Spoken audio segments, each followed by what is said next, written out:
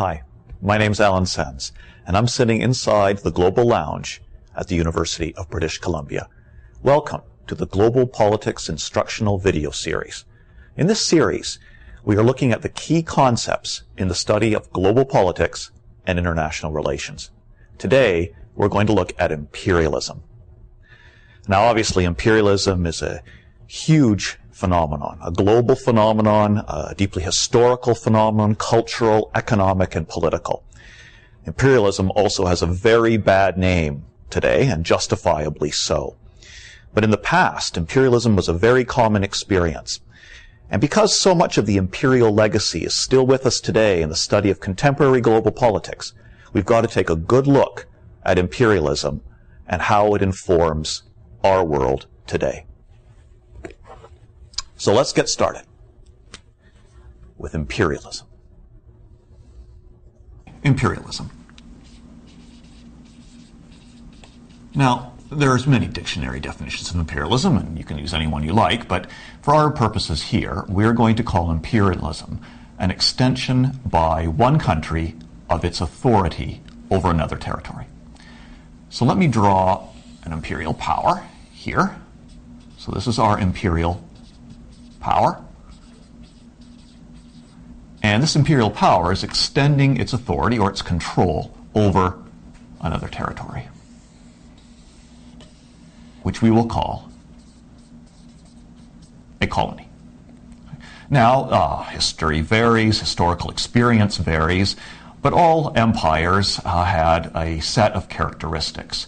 And for the most part, their ability and their mechanisms of control over their colonies basically centered on three different qualities or characteristics. The first of these was political. Now, political control was obviously exercised mostly by outright conquest or occupation, military takeover and control of the territory of the colony. But it also involved local allies and an attempt to cultivate local elites using a combination of coercion and reward.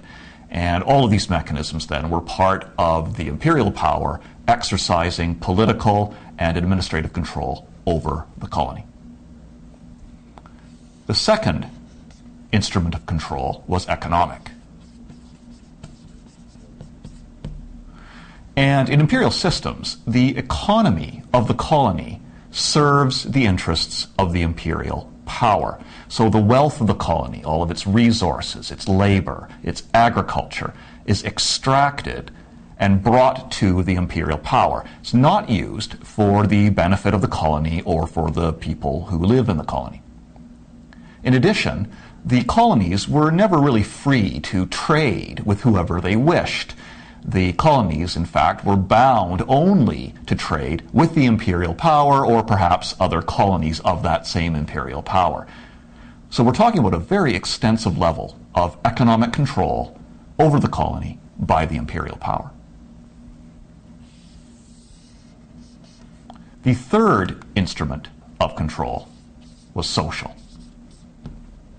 And social control included things like language, education, the arts, and in most cases, the imperial power attempted to suppress or even, in fact, destroy the local culture and customs of the people. Again, another instrument of social control. There was also the imposition of ideas from the imperial power to the colony. Ideas like racism, religion, capitalism.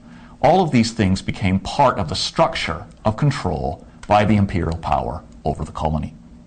Now, obviously, this kind of history has had a profound legacy, and we call this the post-colonial legacy. And what that really means is that for countries emerging into independence after having been colonies for so long, they immediately faced a whole set of challenges. Political challenges, including how to govern themselves effectively. Economic challenges included how to develop their economy when for so long their entire economic interests were tied up with serving an imperial power. And suddenly, they had to try and devise an economic structure, an economic framework that would serve their own interests. From a social perspective, the post-colonial legacy has left behind an enormous amount of issues related to language, education, the arts, the role of culture, the role of religion in these societies. So today, imperialism continues to cast a very long shadow in global politics.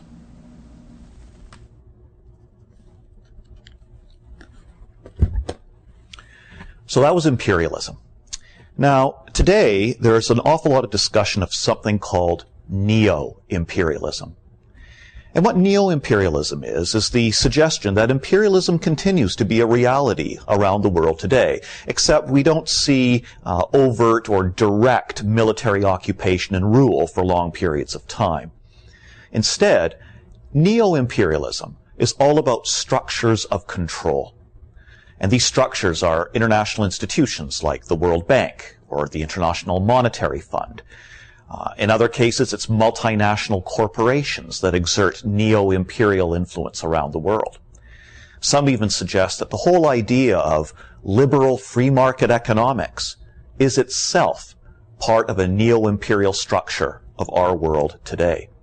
So even though imperialism is largely seen as a historical phenomenon, albeit one that is still very relevant today, many make the argument that we're still living in a world characterized by neo-imperialism. I don't know what you think, but I think this is one of the most interesting questions of our time. I hope you enjoyed this video. Join me next time.